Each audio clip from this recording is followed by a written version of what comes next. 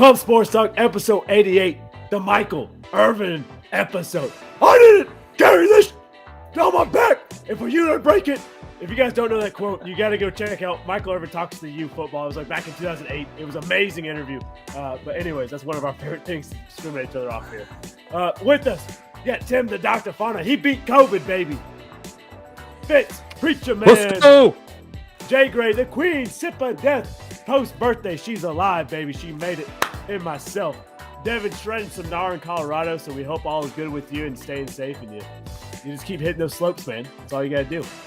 We got a huge NFL episode, little Olympic sport talk, college hoops, all we're talking about. And I'm excited for this episode. It's a great episode, great crew. Let's dive right into it. And Tim, I picked this out just for you because one of our first episodes, we talked about slap boxing. And you brought this to the table. You were all in on it. There's a brand new professional championship league. It's the pillow fighting championship league. It is incredible. They have men divisions, women divisions. They have weight classes. It's literally pillow versus pillow, and you just whack each other. You just go for it, man. It's full sin. Oh my gosh. I saw rumors of this, and then I saw this clip today. I'm going to play it for you guys. They're just going at it. Yeah, and you're just going like pillows off. You got to start throwing fisticuffs, I guess. I don't know, but this was amazing. And Tim, I just want your professional thoughts here. Should this be an every weekend sport? Like put it right up there with Bellator and UFC? Yeah, I mean the crowd looks a little sparse in that video, but like, man, look at the potential. I mean, you get someone like a Vince McMahon on here. We're talking blockbuster showstopper pillow fights. I want to know what kind of pillows they're using. Like are we just talking like feather pillows, or like can we put something a little rougher in there? What's the deal? Load it down with bricks and just go at it. Imagine if like it is a feather pillow and the person you're fighting has a severe allergy, like automatic TKO. Fitz, any thoughts on this? I was with Tim. I was wondering, like, what's the rules? You know, like that guy in the video, like, lost his pillow. Like, what is the stand for that? Like, anything goes. Like, no, you lost your pillow. Like, now you just got to take it. You got to dip and dive. You know, is it sleepover rules, or like, is it, you know, are there some guidelines? All right, so I'm looking at the rules now. There are 3 2-minute rounds in each fight, and for the PFC, the Professional Pillow Fighting Championship. Basically, if someone loses their hand or their pillow, you stop the match, they get their pillow back, and then you keep going. Or in that video's case, you just start whacking the shit out your other opponent. You don't know the rules. Yeah, that was the issue. That's why the guy got so mad, because pillow went flying, and then he got like 2 cheap shots in. He got all in his grill. Like, come on, man! Like, what? Yeah, what now? Yeah, keep that thing on me, son. That pillow thing. No, I'm with you. I don't know what type of material they use, but we got to find out. Like, is the pillowcase sewn on? Can it slip out of the pillowcase? Now you just got a choke hazard and you're just choking them out. I don't know. I'm here for it. Oh, God. But this and like professional tag has been blowing up the internet. And so really cool sports. And Jay Gray segued in Olympic sports. Can we make these 2 Olympic sports? I'd watch this. Hey, I don't see why not. It just seems like we're expanding every year. We just got to find the country that's going to host these. And I think there's nothing better than the USA in a few years to introduce pillow fighting and tag, especially tag, right? That's like the good old playground game. I don't see why we can't have it in the United States Olympics. That would be awesome. I'd be all for it. Who would be caught cheating for like professional tag or pillow fighting? I definitely feel like Russia's like weighing down the pillows, like they're just putting mercury in it or something.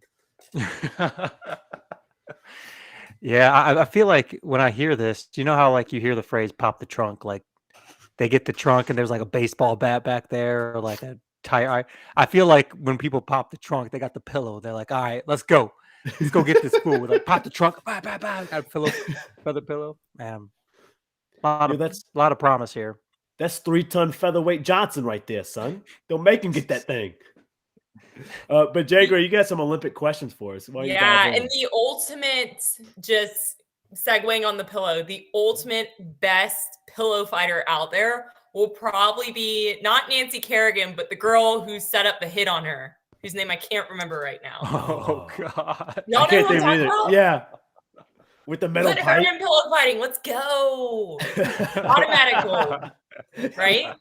I love it. Yeah, but the Olympics are starting on Thursday, February 3rd. They're taking place in Beijing. And as I learned today through teaching, they're doing essentially like a closed circuit. So these people have to quarantine from anywhere from 7 to 21 days. So all of the athletes should already be over there.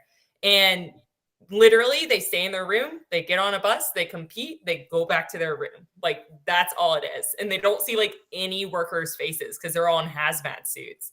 It looks wild and honestly like something I don't want to be at all. But that being said, there are a few things to look out for and a few things I'm excited for. First off, carrot top of snowboarding, Shaun White's last year. He has said this will be his last Olympics. He's hoping to go out on top. For the most part, I'm looking at the schedule here. It looks like snowboarding is on any day that you could look for. Men's snowboard half pipe medaling, I believe, is the 10th or the 11th of February. So be on the lookout for that. Shaun White going for a gold there. Also, my girl Chloe Kim in the half pipe snowboarding. I am here for it. She made a name for herself at the Olympics in Paris or Vancouver, wherever they were a few years ago. So I'm really excited to see how she rebounds in her second and how she kind of continues that path in her second Olympics. Boys, do you guys have anything y'all are looking out for with the Olympics this year? You just shattered my world. The flying tomato going on the sunset. me. Like, man, Shaun White, that's somebody I grew up like idolizing. And you know, to see what he did, obviously Ginger, you had to.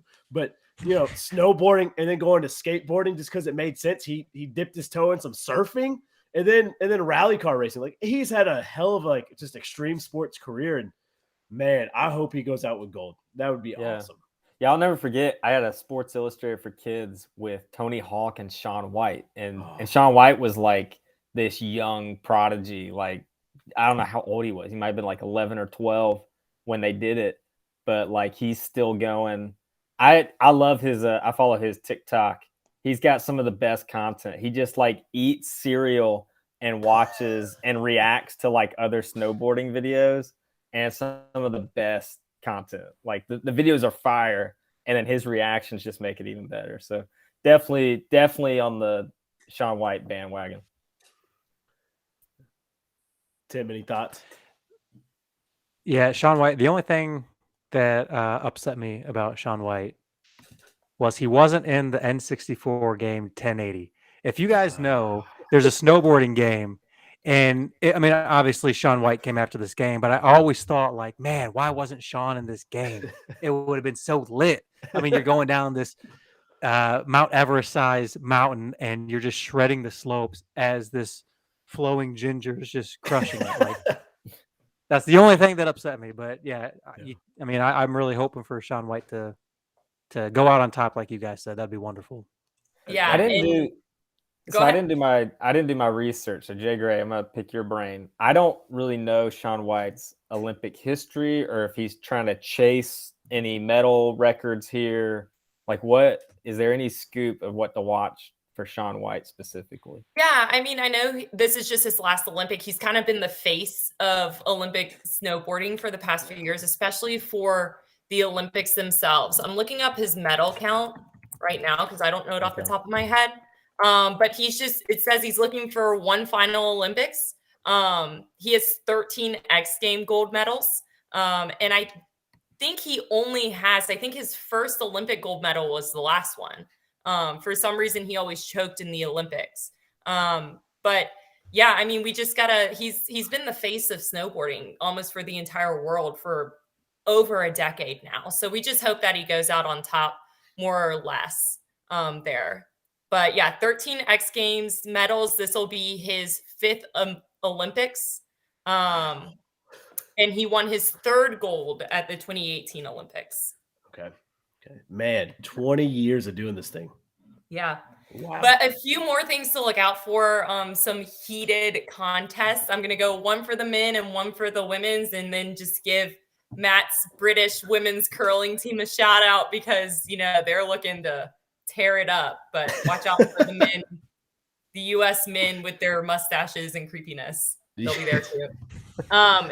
The matchup to look at the men's side, and this is something that's caught a lot of attention in the last few weeks, is men's figure skating. It's going to be straight blades of glory out there. I am here for it.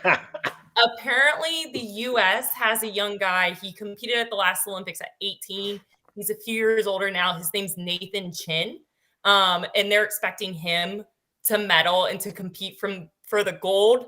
But he's going to be going up against pretty tightly the Japanese reigning gold medal winner, Yuzuru Hanya. So watch out for men's figure skating. It's going to be really intense, and I can't wait for it. Nobody knows what it means, but it's provocative. Right? It's the people going. Right? It's going to be incredible. I love y'all. They are jumping and putting like 800 pounds of force on one blade. It's incredible. Great Britain's women's curling team apparently is going to kill it. So that's exciting for them. And on the women's side, the U.S. women's hockey team versus the Canadian women's hockey team is going to be one you want to wake up at 2 a.m. to watch because they went down to the wire last time. I think they went to a shootout or to overtime or extra time, whatever you call it. But watch out for them because the U.S. won in an upset last year, and the Canadians are coming back for everything they lost. So the women's hockey and the men's figure skating apparently are going to be phenomenal. Keep your eye out for it. I'm pumped for that. I got a weird brain over here talking. I feel like, back in the day, the Miracle on Ice, like U.S. being Soviets, is that our greatest hockey moment when we beat the Soviets? Like, is that the apex? Will we never touch that again? Like, even beating Canada? I think that's the most iconic. Yeah. But I think last year for the women to come out and do what they did, or last Olympics, that was the second best. Like that's in the same category. It just didn't have the hype because you also didn't have the two governments like butting heads. It wasn't in the middle of the Cold War, so it doesn't have that extra background, but the women definitely see it on that level. That's awesome. Yeah. I just think of like apex of hockey history, Miracle on Ice, Mighty Ducks franchise, and then U.S. women's in Canada. That's where I'm at with it. You guys think we'll see the Iron Lotus? You guys think we're going to see the Iron Lotus this year? I mean, if men's ice skating is going to be a little crazy, I'm cool with it. I'm here for it. Let's try it. Whether it goes good or wrong, I'm here for it. If you guys don't, Blades of Glory, it's a great movie. Phenomenal movie.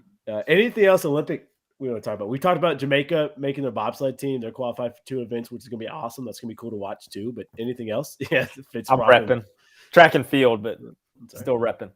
I will come back with my spud to stud referring to the Olympics. So just keep your ears out for that. I'm here for it. I love it. Hey, well, let's move into a summertime Olympic sport here. But we're talking the college ranks here. College basketball, it's starting to heat up here. Things are getting a little spicy for us. Marquee games, kind of like last week. Not a lot of big time games for this weekend. We're only focused on this weekend. But we do have good old Tobacco Road rivalry. Number 9 Duke traveling to UNC.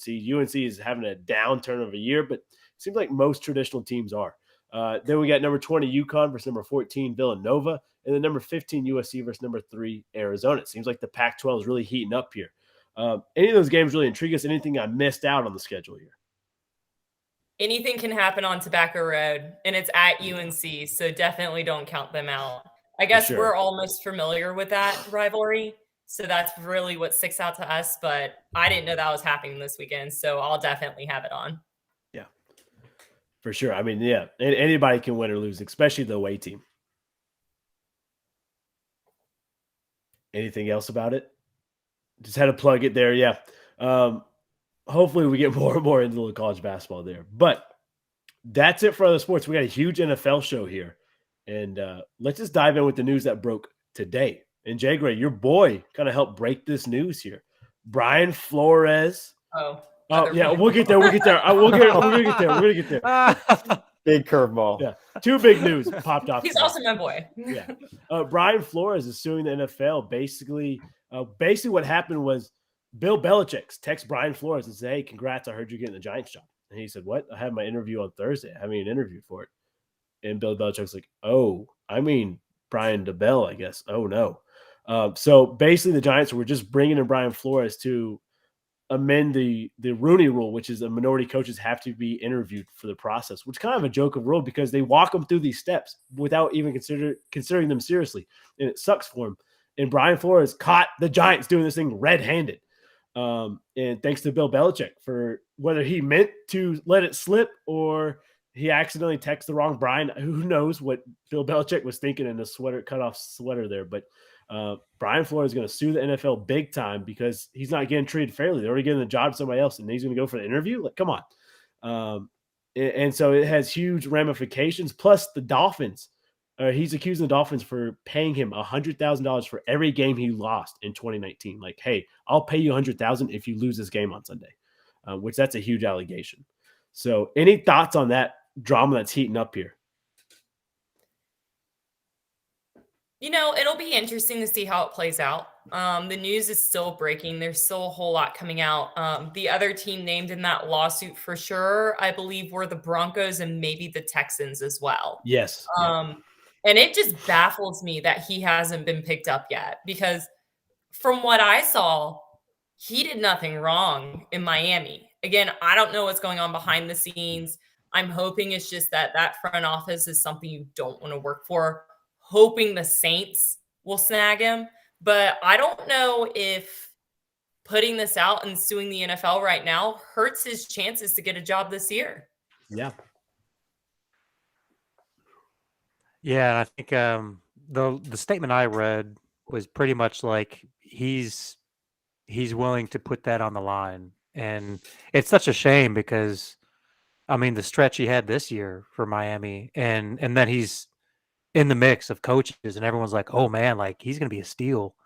And for him to do this and really put his career on the line, it really just speaks volumes of like, this is wrong. And, whether the courts decide it or not, I mean, a lot of the evidence is coming out and it's hard to see because like we've all talked about this. There's two, trying to think of how many minority coaches there are in the league. We got Rivera, Mike Tomlin, and then Flores was the third, right? I think For head coach. But regardless, like for this to happen and then it to start unfolding like this, I'm interested to see, by the time this episode drops on Friday, there might be some more information. But he's putting it out on the line and hopefully it makes a change. We'll see. Yeah. And those are the only two as of right now still in the league. Yeah. Brian Flores getting fired. I just looked it up. That's crazy. Didn't the Chargers or did they fire him? They fired him. Well, yeah. Anthony Lynn. Yeah. I was thinking of him too. So he was our OC for the Lions, and then I think we're letting him go this year. And then Jim Caldwell, I know he was in the mix for some coaching gigs here. I think he did a few interviews, but who knows where that's landing. What's his name? Brian Leftwich. Yeah. Yep. Mm-hmm. But haven't sealed the deal yet, which that baffles me. Like it seems like all of Jags Nation want Brian Leftwich, but who knows? That's a shitty organization, and it seems like the Dolphins are a shitty organization. Anytime you pay someone six figures to lose a game, come on, man. Well, here's the thing with Flores is, I hope that this is not. I would imagine that this doesn't hurt him.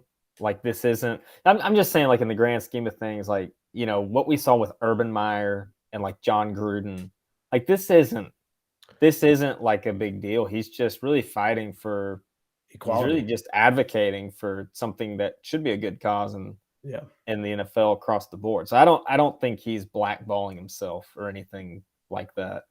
I mean, he shouldn't be, but the NFL, it's a bunch of old white dudes. I'm with like, you. Yeah, it sucks. Yeah, you don't want to piss off the man. Yeah. And if more on this breaks, or if we want to get an inside opinion, I'll shoot a text to Jeremy Dowdy, our resident, legitimate Miami Dolphin fan, not Red Skull Theory fan,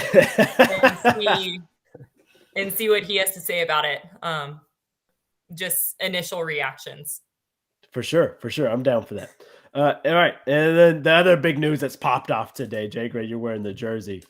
The GOAT, Sir Tom Brady, finally calling it a career after 22 seasons. And this is the first time I think we can say, hey, his quarterback's retiring. Besides maybe Andrew Luck, but there's still some good years left in TB12 here, and he's leaving on the table to go pursue, family time and that type of stuff. But that's crazy to think. 22 years in the league and still like he probably could have went to 25, 26, like still on the top of his game. And just what an amazing career. Jay Gray, I know you got a lot of thoughts on this. Go ahead, girl. I have quite a few thoughts on it. First off, congratulations. He's leaving on top. I think even if he didn't make the playoffs, he'd still be leaving on top. There's no discussing that.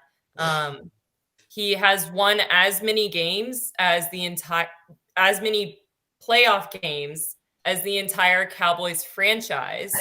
So congratulations, Tom. Had to throw my Cowboys jab in there. He has won more Super Bowls than any franchise has, period. So, I mean, there's no doubt, that whenever he decided to hang it up, it was going to be he's on top, I am disappointed with ESPN and Schefter and whoever leaked to him this weekend, because I think it took away from Brady actually announcing his retirement. And it's really, really unfortunate because he didn't get to do it on his terms. So I think you also need to think about that, or I've been thinking about it. I think it'll be interesting as well in the next few days to see he retweeted and reposted what Kraft had said about him. But in his announcement, he really didn't thank Patriot Nation, which you spent 20 years with that organization and have 6 Super Bowls. And for me, being a Pats fan, that was a little disappointing that he thanked Bucs Nation, but had to retweet what the owner said and just said, "Love you, Pats fan." That was a little bit of a dagger. And I don't know what that says about his relationship with the organization now, but I've discussed with my roommate, who's also a Patriots fan, and she's like, man, if he doesn't give some sort of legitimate effort towards the Patriots, because we would love nothing more than to see him sign a one-day contract with the Patriots and retire a Patriot, and I think that's something that he should do. I'm not Tom Brady. He's going to do whatever he wants to, but I think that would be a nice nod to the organization that gave him a shot in the first place. Because if it weren't for that, he may not be where he is today. So I was a little taken aback by his lack of what it appeared to be a lack of gratitude towards the Patriots, but I am happy for the man. It looks like he's going to start a clothing line. So that's where all of his energy is going to go. He's going to keep up with TB12 and all of his personal training and whatnot. Again, happy for the man. He's incredible. I think everyone in the NFL, even if they don't like him, they respect him. Kudos to you on a great career, Tom Brady. Happy for you. And I hope you get to ride off into the sunset and maybe come back and retire as Patriot. Yeah, that was, and I think it was an 11-part tweet where that's the thing I noticed. No gratitude toward New England or Kraft or Belichick. And it was kind of head scratching. But then, as you're talking, I kind of thought about Schefter, he messed up, and you took the thunder away from him. And knowing TB12, he probably had a whole video that he was going to produce for his retirement. And then he could have walked in through like Gillette Stadium and that type of stuff. And he had to do it on the fly with 11 tweet posts. Maybe that's why he just got short brain. I don't know, but yeah, I mean, he's got to retire a Patriot, right? Because that's how we all think of him. I was gonna say, I was 8 when Tom Brady got the start, when Drew Bledsoe got hurt. And that was my first year of fantasy football. And I was starting to pay attention to like players across the league. And I just remember going, who's this Brady guy? And I'd hear, on NFL primetime, Chris Berman singing the Brady Bunch every time Brady's having a game. Just like, who is this guy? And then watching them go on that magical playoff run and win the Super Bowl, it's just very weird that I just thought like if you were born after 1998, like you just kind of grew up with Brady being like the king. Like if you started watching football in like 2005, you kind of missed the whole point of the Tom Brady story. It's like just that, he was the fourth quarterback on the roster, and Belichick, like Jay Gray, what you were saying, like he kind of owes it to the Patriots. Like that Belichick hold on to a fourth quarterback. He worked his way up and then just became the starter and never gave it back and continued to improve. Like I think what you saw in that first Super Bowl in the final 2 minutes, I think everyone was like, all right, this kid, no way he's going to beat the Rams, first of all. And then in the final 2 minutes, all right, no way he takes them down the field. Even John Madden in that game saying, you take a knee, you go to overtime. You don't try to kick a field goal here.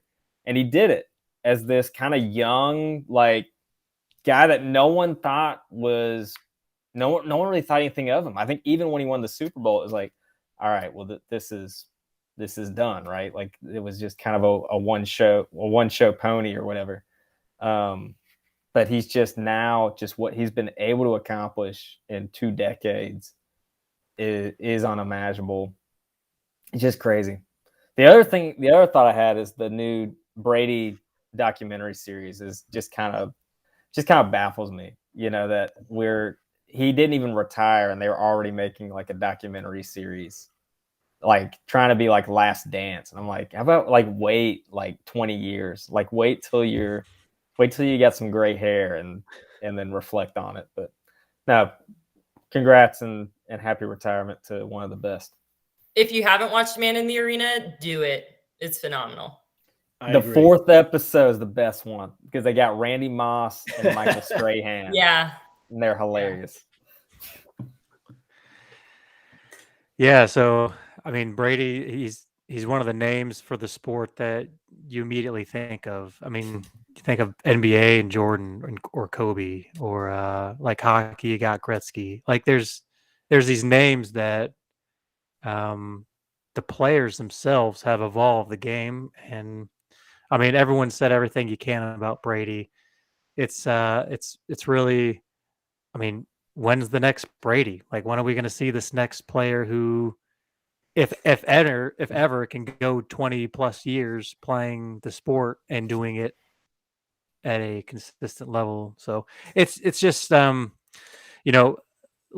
well, I don't know about you guys. I grew up hating Brady, and that's just because my narrow-minded family mindset of football was hate Brady because they beat the Panthers. So when I grew up and started critically thinking about things, and I'm like, man, Brady's like, when are we going to see this? This is actually pretty special. And, you got to root against him at times because he is the ultimate competitor, and that's what he strives for, is to be rooted against. But it's really something special. So, yeah, kudos to you, Brady. Hell of a ride. You changed the sport forever. I do need to watch that Man in the Arena. Is it him like eating cereal and watching football videos on his TikTok, or what is it? Because I'll watch that all day. It's a little, I'll be honest, it's a little rough just because it's ESPN and like they try to hype it up way too much. And it's just like, just tell the story. It's a really good story. It doesn't need, and they almost try too hard, but he walks through each Super Bowl that he played in, like both the wins and the losses. And he just kind of recaps like where he was at. Like there's one episode even talks about like him and Giselle, like when they started dating and stuff like that. So it's basically just kind of his life through the NFL through these Super Bowls. Yeah, I recommend it. All right, real quick, favorite Brady memory that comes to mind. I'm gonna cheat. I'm gonna take the tuck rule. I think that set up this amazing career that Brady had. It kind of helped solidify and get him on that jumping step of, it's in the snow playing the Raiders. Did he fumble it? Was it a pass? Tuck rule, and it changes the game forever. And Brady's here to stay.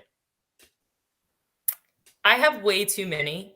I love that look Brady gets when you're like, okay, you just fucking pissed off Tom Brady. You know that look I'm talking about? Like, he's going to come after you now. Love that look. But I think overall, my favorite moment is a tie.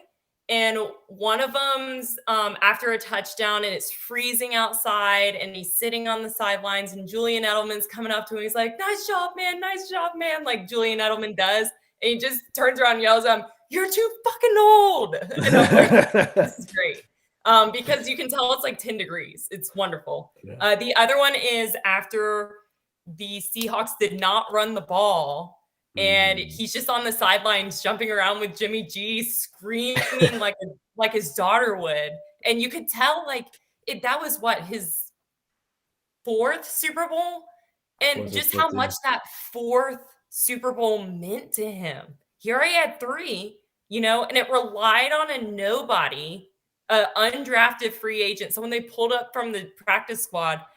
And Malcolm Butler was the unsung hero. He gave away his MVP stuff to Malcolm Butler because he's like, I wouldn't have this if it weren't for you.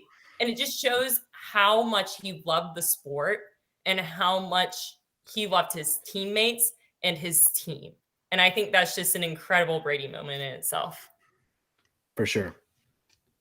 I think mine might be every time Tom Brady runs. I love watching those highlights. But that's a joke answer.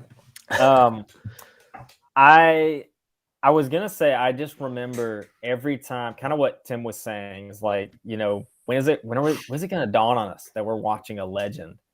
And I kind of had those feelings too. I think after he beat the Panthers, I was like, man, I want to see this guy fall off. And when they were 18-0, against the Giants, I'm like pulling for the Giants. I'm like, I don't want to see perfection.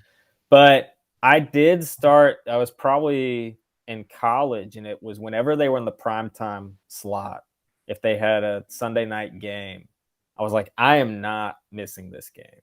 And I remember those moments of like the Patriots would be down at halftime and he'd come out with that look and you're like, uh-oh.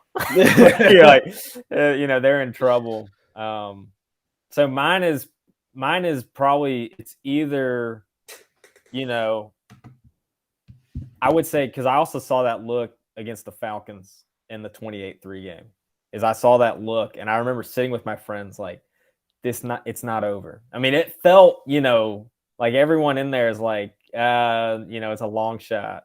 But I think when there was like a sack or a fumble on Matt Ryan, you saw that Brady look, and I was like, we'll see. And so that was a fun memory, just to watch that unfold. But then I have to say that again, being 8 years old and watching him in that first season, that first Super Bowl was really cool, and I had no idea what I was watching at the time. But like looking back, I just remember everyone was talking about the greatest show on turf, and no one was giving the Patriots a chance. And when they did it, it was just it was like one of the biggest upsets in Super Bowl history. And then they just kept going back. And then I hated myself for pulling for them way back. I was like, why did I even pull for these guys? Like, when they were the underdogs. So it's a cool story. My favorite memory of old Tommy Brady is that photo of him at his NFL combine. You guys know the one. You can't tell me that you can look at that photo and say that is the greatest NFL player to ever play the game. Not a chance. That's got to be my favorite moment. I mean, I didn't watch a whole lot of Brady, intentionally growing up, just for the same reasons Fitz had. But like looking back at that photo, you got to be like, wow, that's just comical. That you think of NFL studs, you think of these guys who freaking ripped and 300 pounds and can lift boulders. And there's old Tommy Brady with X number of Super Bowl rings and X number of awards and all these things, and you're just like, it's kind of head scratching. It's like, wow, all right, that's crazy. That's a good point. Like, I'm thinking here, like, if aliens come to Earth and they know nothing about football, you just show them a picture of, like, let's say Tom Brady's draft day picture and then Brady Quinn's draft day picture where he just jacked and ripped. Like, you're like, who's better at American football? They'd be like, Brady Quinn all day. They didn't even last like two leagues or 2 seasons in the league. Like, come on. Like, yeah, it's crazy. You would never think that's the GOAT. That's the greatest of all time. Well, he's eligible for the Hall of Fame in 2027. I think it's safe to say he's a first ballot unanimous. If you don't vote for him, I don't know what you're doing. Like, even with Deflategate and Spygate, I think they're things of the past, and he kind of goes into the man arena. But what he's done is just unmatchable. Yeah, the GOAT. Well, speaking of football, let's keep it moving. Pro Bowl kicking off this Sunday. AFC versus NFC. It's last year COVID shut it down. It's finally back to playing in Vegas here. And Rodgers is not playing. He's actually replaced by Russell Wilson. Kirk Cousins. Tom Brady's not playing because he's retiring, and he's replaced by Russell Wilson. But are we excited the Pro Bowl's back? I know, Sean Taylor's hit's probably the best Pro Bowl memory we have here, but in the skills competitions back in the day. But I'm just kind of glad that it's back at least, and these guys get a chance. I wish it was Hawaii, not Vegas. But what's your all's thoughts? First, that's a great picture of 2009 Aaron Rodgers. Yeah. Just gotta give that shout out. I just hope they get all these guys freaking Ubers, please. Especially in Vegas. That's the only thing that's going through my brain right now. I guess if I'm excited for anything, Mac Jones got called up. He's taking one of the spots on the AFC, so yay. But that's really all I got. Ubers and Mac Jones. and I'm just glad they're having it. I mean, it's not one of those things that like you, at least for me, I'm not like dying to watch the Pro Bowl, but like it's on. I'm like, okay, yeah, I'll just like have it on and occasionally look at it. They do some fun stuff, but it's good at that. It's at least, back at it. So I'll give it that. They need a celebrity flag game. And I don't know if they've tried that before. I feel like they have, right? I feel like you have to have almost. I think. I don't know. Maybe not. They've tried a lot of things. Let's be honest. I think football is one of the things where you need the skills competition. Like when me, like NBA minus the dunk contest and 3-point contest, I get rid of the other crap and then have the All-Star game. That's fine. But for football, like watching the old school, like far pump pass kick and like trying to hit the golf cart rolling down the sideline, trying to get in the bucket. Like that stuff's cool to watch. And like that stuff is awesome. I think you need to bring that back, 40-yard dash or something. Like have these competitions, because these guys at the end of the day, they just played 17 seasons or 17 weeks, if not more. They don't want to go out there and kill each other. It's a different sport. It's a different animal. But this year's jerseys, I want to get your take on it. How do we feel about it? Kind of plain, kind of a retro throwback almost. Not the same energy they've been using. Remember, they use black and like tan and like white and gray. They're going back to the red and blues and whites here. Any thoughts on it? It's a uniform. I mean, I like the red and white I like the red and blue just because that seems classic. Seems like what they've always done. I don't really have a preference. Yeah. Okay. That's remind me of like football jerseys, like soccer jerseys. I don't know. Oh, I can see that. Yeah, I can see that. Yeah. I just like it better than like what they're using, like the tan and like black. Like I wasn't a big fan of that, but yeah, I like the old retro look. Moving on from the Pro Bowl, we got NFL award season, and there's some cool awards. I'm gonna start with the easy choices. At least I think they're easy. You guys tell me if I'm right or wrong here. NFL awards, Defensive Rookie of the Year. Can we give it to Micah Parsons? Yeah, unanimous. Yeah. Is there anybody else on the ballot here? No. Like, come on. No. Micah Parsons deserved this thing. Phenomenal rookie season. And I think, I know Tim, Jay Gray, you guys hate to hear this as a Cowboys fan. He's going to wreak havoc on offenses for years to come. He is the real deal. All right. Maybe medium easy here. NFL Comeback Player of the Year. Who do you guys got? Burrow. Dak. Joe Shiesty. It's either Dak or Joe. Oh gosh. Look at where the Bengals are right now. I don't know when they vote for these things. Yeah, but well, it's Burrow. based on regular season. I'm still going Burrow. Oh, this is tough. Derek Carr. Oh my lord! What? I mean, his hair. He gives so much power. What's he coming back from? I don't know, man. Gruden. Man, this is. I don't know. Oh gosh. Oh gosh. Regular season only, right? No, regular no season. postseason. Dadgum.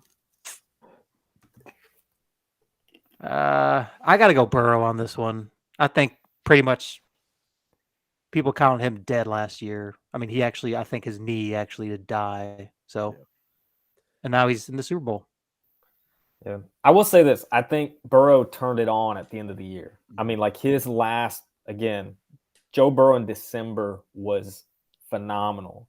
But I just think throughout the year, I think Dak, I do think Dak gets the nod that Dak had probably had his best statistical season.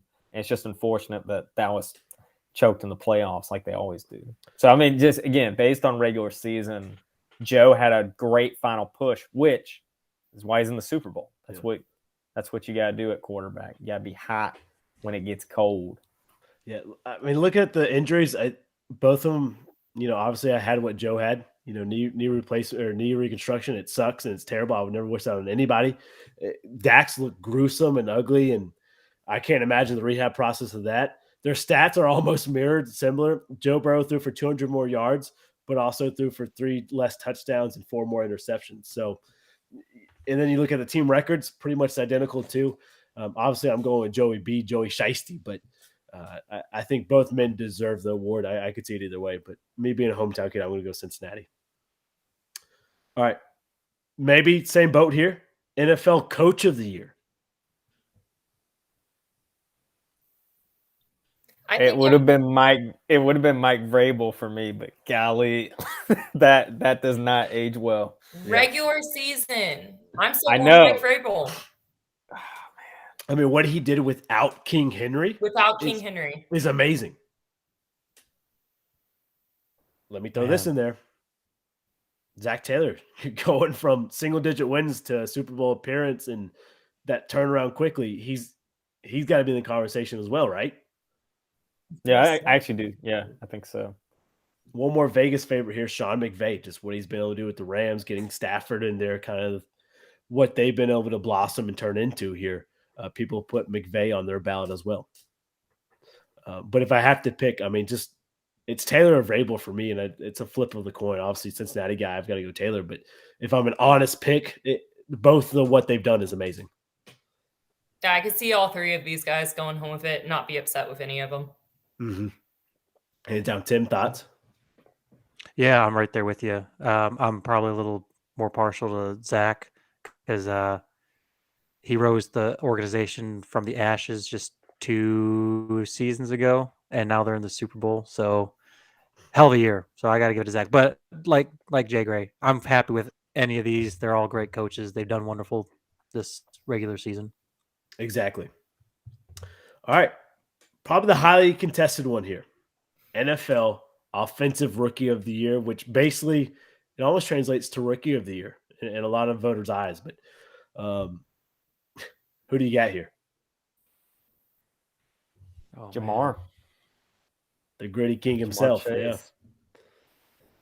All pro as a rookie. Yeah, voted a Pro Bowl. Not just Pro Bowl. All pro. Yep. Like we're talking next level.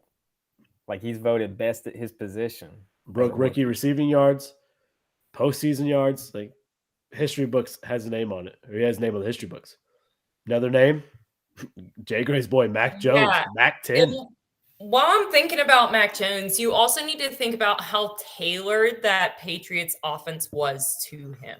Like he won a game when he only threw 3 passes. I think when you're asked to go above and beyond, and with Jamar Chase, and I would get into this with Parker too, what Jamar Chase has done for that offense has opened up that offense, right? because you have Boyd, who's phenomenal. He's the veteran. He's the one that Chase and T are looking to.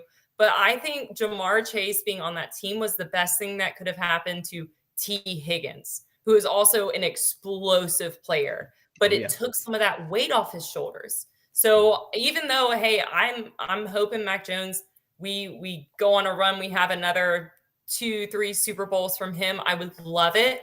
But this year, you got to give it to Jamar Chase. You do.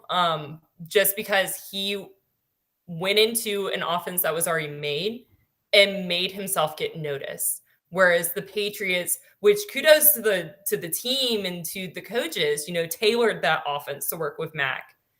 Jamar Chase went in and said, "This is my offense now." Yeah, that's true. That's true. And shout out to T. Wow, I don't want to spoil it. All right, yeah. Fitz, Tim. Yo, I laughed at you. You remember that at the draft? I laughed at you because you guys took Chase and we took Penei Sewell, and I was like, dude, you guys are a joke. And now look at it. You guys are in the freaking Super Bowl. Jamar Chase is like, you think of Joe Burrow as the guy. You got two guys on this offense, like Jamar Chase.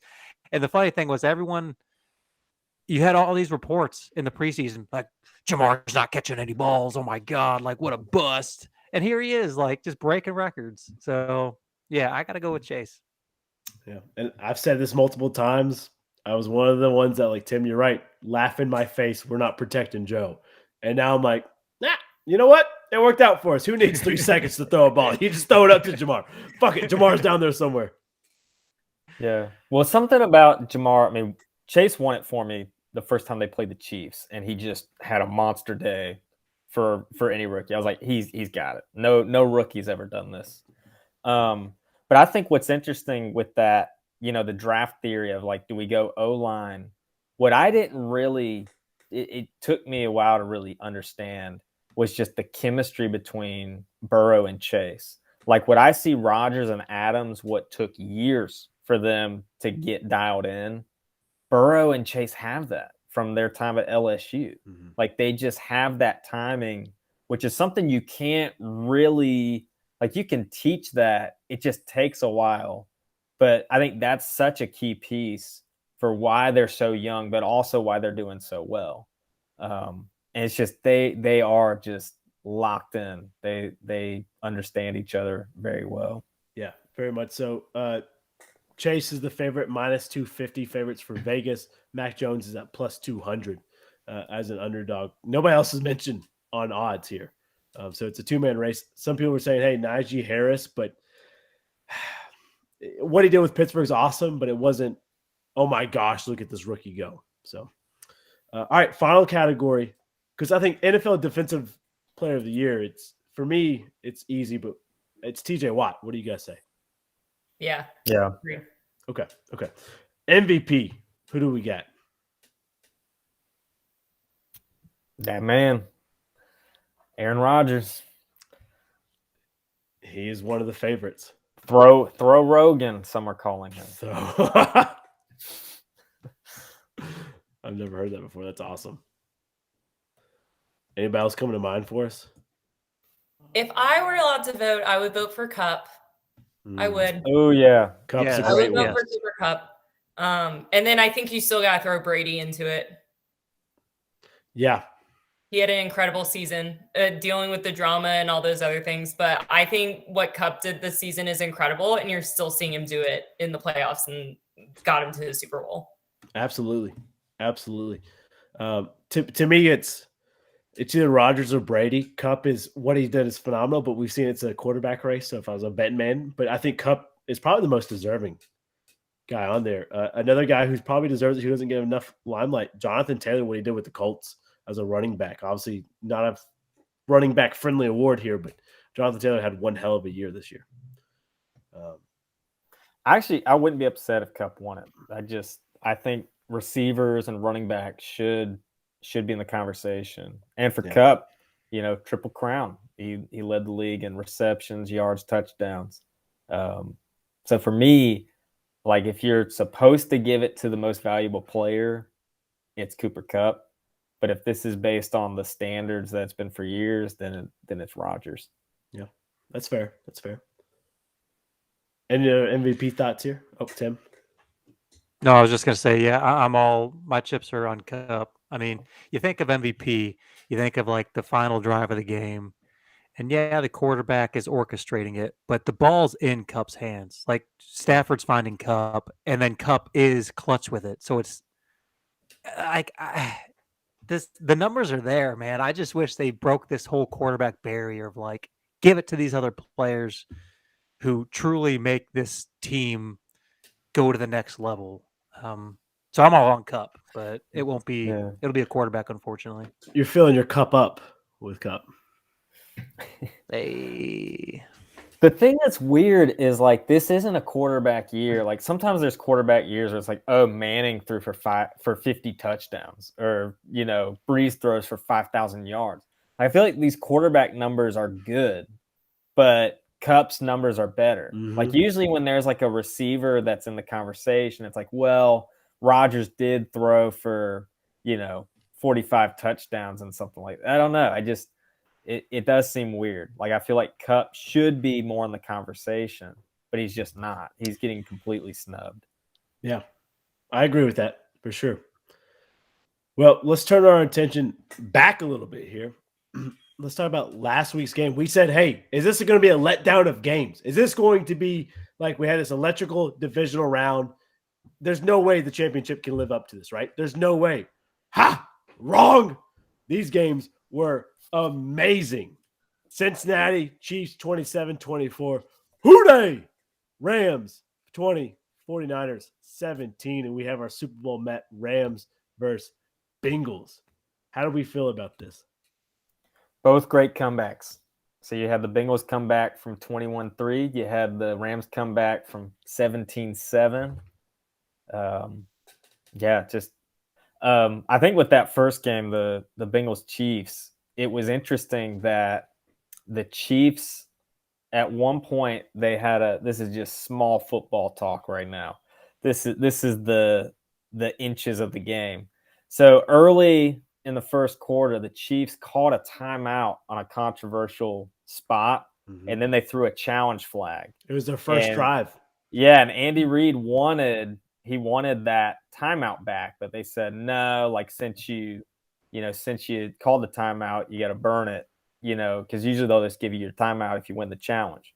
So anyway, they win the challenge, whatever. So the final drive of the half, it's 21-3. Chiefs look like they're going to go up 28-3. They don't have they're out one timeout, and they're on the 1 yard line. They go for it and they get stopped, and they didn't even get a field goal out of it. Like they could have gotten a field goal there before the half and really extended it even further, and then they end up losing by a field goal. But it's just like, again, the inches of the game. I saw that and was texting my friends like, that was big. And they're like, whatever, game over. I'm like, are you kidding me? I'm like, it's football. This is not college. This is NFL. And I don't know. I just get hyped because I hate college so much. Because in college, no one's coming back from 21-3 in the playoffs. I'm just gonna table that right now. Like, prove me wrong. I'm never gonna see that in college. But in the NFL, I think the game can sway so quickly. You can make adjustments, and that happened in both of these games. Fitz, I got 2 words for you because that's not going to happen in college. Deshaun Watson.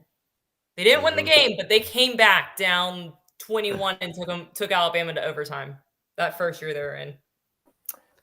All right. Well, for me, you're right. It's a game of inches. And when they challenged it and they called the timeout, then challenged it, I was like, oh, that was a mistake. And then when they went for it, instead of just kicking the field goal, I said, that's going to cost them. And we're only down by 11. I went ahead and just brought out the victory cigars because I knew that's where we were at week 16. We were down by 11 at halftime. Joey Shiesty and Houday Nation was going to get it done. That's exactly what we did. And this is also a weird theory, but I almost thought it's better to play the Chiefs from behind. Like, is that a weird thing to say? Like, just that, like, you give them a little bit of it's almost like horse racing. Like, just let that horse lead a little bit and then just hang back. Like, yeah, I just think the Chiefs, they got a little less aggressive. They get complacent. Yeah. They were just very conservative. Like, okay, we got our lead.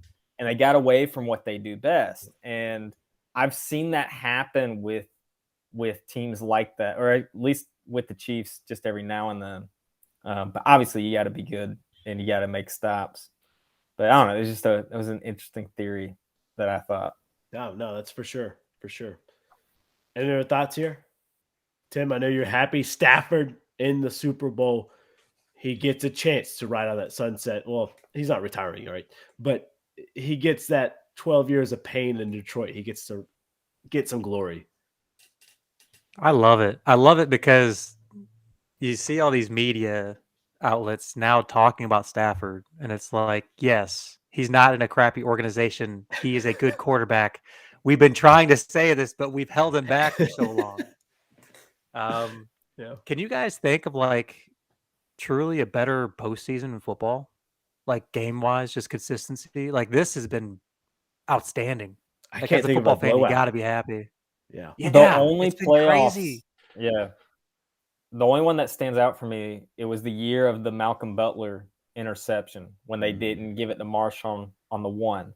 But that was because each round, it was like, because it started with, in the wild card round, Dallas and Detroit played, and there was a pass interference, no call, and like the final. Yeah, we got shafted. You guys got shafted in that one. And then the next round, divisional, it was Dallas Green Bay, and it was the Dez no catch. It was that call. Then Green Bay goes to Seattle for the NFC Championship. They come back 19 points. We botch an onside kick. Some Russell Wilson magic happens. And then they don't give it to Marshawn in the Super Bowl. It's just like every round of at least for the NFC, it was kind of a controversial play or ending. Most and controversial. That's the only one that stands out, but I don't think it was across the league. Like the AFC games weren't nearly as exciting. I believe that was the alleged Deflategate year on the AFC side. I think That's you're right. Still Yeah. alleged. They never proved that he knew, and he sat out his 4 games like a good boy. Yeah. But yeah, it's still you're right though. It's alleged. That's right though. The Patriots got the bad juju from the Seahawks that they won the Super Bowl, and then it was Deflategate. Yep. Allegedly. Alleged. Well, so we're not going to pick the Super Bowl. We're going to wait till next week for that. But I do want to update our listeners and watchers here on the scores of our pick'ems. Tim, you're almost batting perfect here. 8 games called correct. Me, Slate, and Matt are all tied for second at 6 apiece. Oh my gosh. Fitz, brother, you're sitting at 3. Golly, that's so bad. It was rough last week for you. It was rough, but That's pitiful. Super Bowl's coming up. We got to talk. I'm thinking about making the Super Bowl worth 3 points. I don't know. But we'll talk as a group and we'll come up with it. There's no punishment for the loser this year. The winner gets a nice, what do we say? A nice glass, right? Nice mug, beer stein. So that's what we get. Or you could make it 2 points and then the score would break the tiebreaker. So Fitz, you don't want any chance at the beer stein then. I don't want any chance. I don't deserve anything. Hey, I like that. But I think that would make it interesting. Good. Evan, I think it was last year, you did better with the coin flip, right? Weren't you doing I'm a coin telling you, toss? He did perfect with the coin. I'm telling you, playoffs, never bet on playoffs. Anything can happen. I was just thinking about the Niners game. That guy dropping the interception. Like, oh gosh. just like the duck that Stafford threw. The guy looked like he stopped running. He's like right under it, just basket catch it. And he tried to catch it like, it was just pathetic. It's just like, I mean, that's the thing. That's playoffs, is it comes down to like one play. And it's just interesting because like I was just thinking these playoffs are so crazy because, I mean, a field goal basically decided all of the last 6 games. Yeah. You could take all 8 teams and interchange them and say, this could have been the Super Bowl. Like if just one play would have happened, you could have all these different matchups, but it's Rams-Bengals. And it's a very exciting playoffs. Sure. I've never seen anything like this. Well, let's dive into our spud to stud, stud to spud, spud to stud, if I ever say it right. And then we'll do our pub parlay and we'll get out of here. But anybody come to mind, Jay Gray? You said you got one for us. Yeah, mine's Olympic theme though. I love it. She's not really a spud at all, but she was trying something new. The 5-time fittest woman on earth, Tia-Clair Toomey, was part of the Australian 2-man bobsled team that was working on qualifying for Australia for the Olympics. Her team, so her driver, she was the little one that pushed in the back because she's got all that strength and like power. Her team qualified, meaning the driver and her, that team qualified on their cool rogue bobsled. But so she's my spud to stud, not because she's a spud at all. She can kick all of our butts, but because she tried something new and committed to it and was extremely successful while at the same time becoming the fittest woman on earth for the 5th time, which is incredible. If you ever watch CrossFit Games, incredible. But my stud to spud, so her bobsled team makes the Olympics. She qualifies, yay. And then Australia doesn't take her. They put someone else in her spot and take her driver. So Australia bobsled, you are my stud to spud. Because Tia-Clair Toomey is a boss, and you're going to regret that decision. Yeah. She's already got an Olympic medal for the Olympics for Olympic weightlifting. And she's going for this other one. And it's because there's another type of sled race that has to have the same amount of crew, the same member crew. It's stupid. It's a stupid rule, whatever they're deciding to do. I think it's just to save money. But yeah, I'm with you. Absolutely, Jay. Absolutely. I have a feeling Tim's going to say mine. So, Tim, you should go first. Wow, dude. You want to rock, paper, scissors, or you want me to go? No, you got it because I'm betting you're going to say. I hate to say it, but I got to say it. I know you're going to say it. I know you're going to say it. You know I'm going to say OBJ. OBJ. That wasn't the one. Spud to stud. Yeah, that's good. Spud to stud. Okay. So just like Josh Allen, this year in particular, I've given OBJ, unnecessary flack because I'm just a hater. And wow, this offseason, he's really stepped it up. And since really the end of regular season, where he started finding his groove, but like he had over 200 receiving yards this last game. I didn't think the guy had hands, but like, wow, he's really playing. And, it's, we talk about Cup and how he's getting all this necessary attention because I think he's the MVP. And then you have Odell catching for over 200. And it's like, man, where has this guy been since like New York? So I got to say it, but he's my stud. He's my spud to stud. Got to give him credit. I hate to say it, but I think you're right because ever since I'm not taking credit, but ever since I called him cancer, he's turned it on. So not taking credit, but I'm not going to call him a cancer anymore.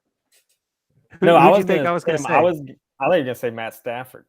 Oh, I was just going to say him, going from the Lions to the Rams to a Super Bowl, going from no playoff wins ever to Super Bowl run.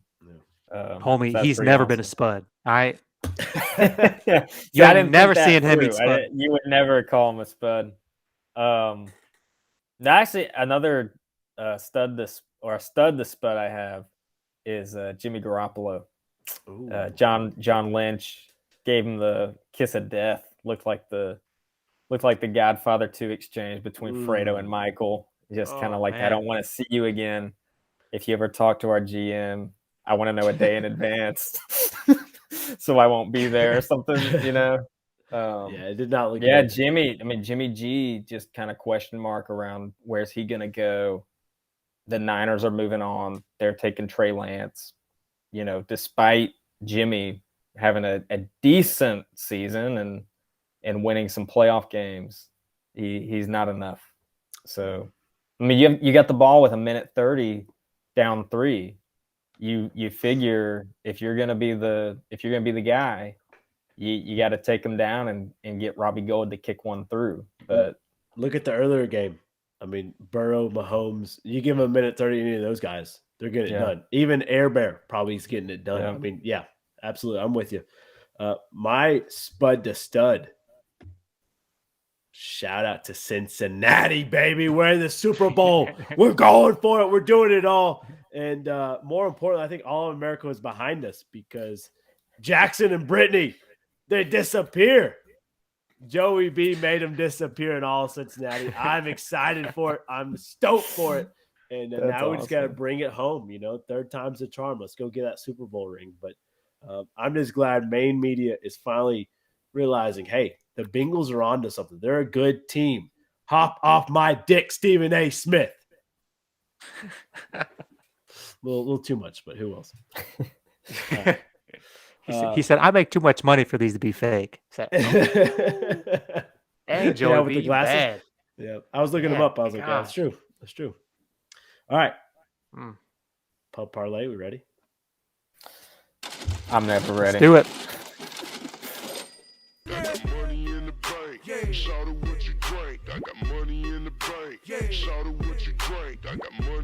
Hey, we hit last week, boys. We hit. Wow. Chef's kiss. All our bets went in. But Fitz, you picked a NBA game on a Sunday. We had an NHL game on a Saturday. We couldn't quite put it in the parlay, but all our hits picked. So that's a good week for us. You know, it's okay. It's all right. We're going to do better this week. I'll do a better job managing the parlay here. But with that being said, anybody want to start us off here? Tim, did you just catch what Parker said? I did. What'd I say? Are all of our hits picked? Nah. It's classic. Classic. I'm happy to go first unless someone has something they're just dying to pick here. I got one. Go ahead, buddy. We're gonna go bold. I'm gonna take BYU to cover against Gonzaga. I don't think they're gonna win, but Gonzaga at BYU, it's a good basketball program. I think they cover the points. When's that game? I believe Saturday. Okay. All right.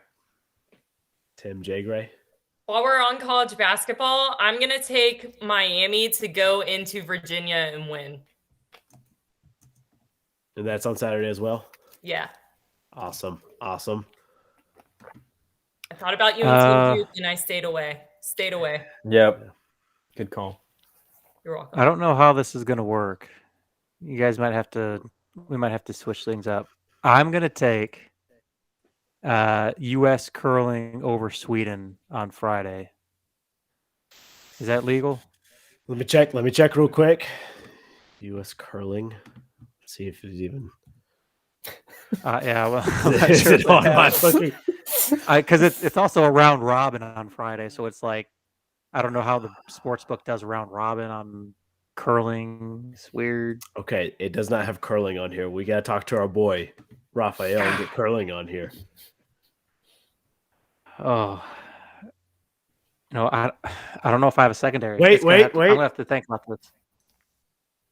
No, so it's only for if you want to pick the overall winner of curling, you can let them hang here. Let's do it. I'm getting make sure it's the men's team and not the men's double. If you want to go safe, take the Great Britain women. It doesn't specify. It does not specify. All right, Tim, you got to pick someone else. That's risky. I don't think it's risky. I'm going U.S. men. U.S. curling. Doesn't matter if it's men's, women's, mixed doubles, whatever. USA. All right, U.S. curling. Hey, you guys laughed when I picked the Rams Tim, over the Niners. Pick something else, Tim. Huh? It has to have an entry in by the second. Yeah, pick someone else. By the second? Okay. Yeah. I'll do a side bet for you. All right. Okay, hold on. Oh, gosh. I don't work well under pressure. That's okay. I'm going to turn our attention to UFC here. I've been a little bit of a heater. Looking on the 5th here, UFC, I've got to go Sean Strickland to get the win over Jake Hermerson. I think Sean's just heavy-hitted, and I really like what I see from him, and I think he can knock out Jack here. Is that the guy with the funky hair? No. But Oh. I love Sean O'Malley. Oh, He's yeah, awesome. that's who I'm thinking of. Yep. All right. On. It has to be before the second, like tomorrow. So no. So you're looking for a Saturday bet or a event bet. Yeah. I see. All right. We're gonna go Wake Forest over Florida State. NCAA basketball Saturday. I like it. 2 ACC games. I love it. Moneyline Florida State. All right, we're hitting it. This feels good. This feels right. Getting more of that basketball. I like it. Good deal. Listeners, watchers, let us know how we do on our pub parlay. Hopefully it hits. Hopefully we have back-to-back hitting weeks. That'd be huge. That'd be awesome. Before we get out of here, I did ask Instagram if they wanted me to do a mystery jersey unboxing. It just came into pre-season auction. I told the boys they've got to change my password here because I keep buying things that I shouldn't buy. But it just came in. I already opened the box, but I haven't looked in the box. All right, I just want to do it so that way I don't have to worry scissors on air here. But do we have any guesses? I don't have a clue, man. It just said football jersey. It could be college or pros. So I don't have a clue. It looks like Steve Spurrier, and I'm not a fan. Steve Spurrier. Let's hope not. We got a 12 jersey. Allen Robinson. And it's a yep. Good job, Allen Robinson. Good job. Bam! Yeah. Wow. Nice. Nice. Give me Allen that. Robinson. Good job. I saw that bear, whatever you call that. Is that blue? I don't even know. That bear It's blue like and navy. orange. Yeah, I was Yeah. like 12. Allen Robinson. Yeah, nice. Good call. Hey, that's going to do it for the episode. We might give that jersey away. I don't know. I'm not a big Bears guy, but Allen Robinson's pretty nice. Hey, Burn that watchers, shit. listeners, let us know. We'll catch you guys Tuesday. Jay Gray, once again, thank you so much for hopping on with us, girl. We greatly appreciate it. Always a pleasure. Bye. Are we not going to do a fun question? Oh, what are we doing? Fun question. Hold the phone. Fun question. Jay Gray, you got one for us? Yeah, right? Jay Gray's got one. I'm Oh gonna my give you Lord. it because Evan's been thinking about this all episode. I can tell. So my fun question with the Winter Olympics coming up: what's your sport? What are you competing in?